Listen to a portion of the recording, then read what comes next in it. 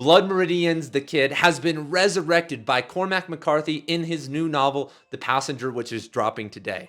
And I could not be more excited because one of our favorite McCarthy protagonists is back, but he has come back in a much different form.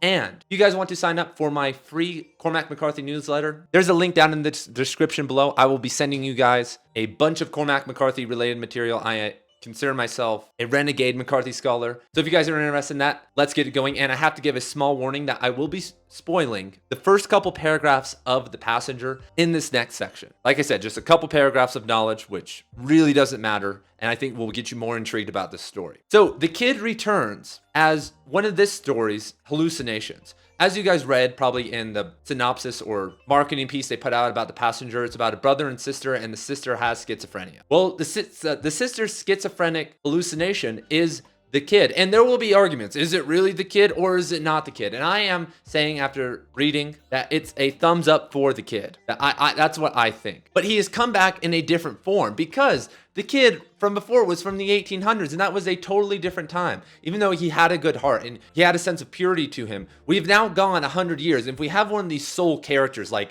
the kid, one of these archetypal figures, what has happened to the kid since 1880? And the actual answer is everything that we've seen explored in Cormac McCarthy novels in general, war, destruction, technology, all these different things that have created a sense of falling in man. So this new kid hasn't lost some of that archetypal resonance, but he is also changed. And that change drives a lot of this plot and story. Like I said, I'm not going to give up anything, but it really just drives this idea of the soul that McCarthy explores in these novels. That's what I will say that I think these two novels are really trying to get at here, is the confrontation with the soul. So that's all I have to say because I don't want to say anything more because I know I'll start spoiling.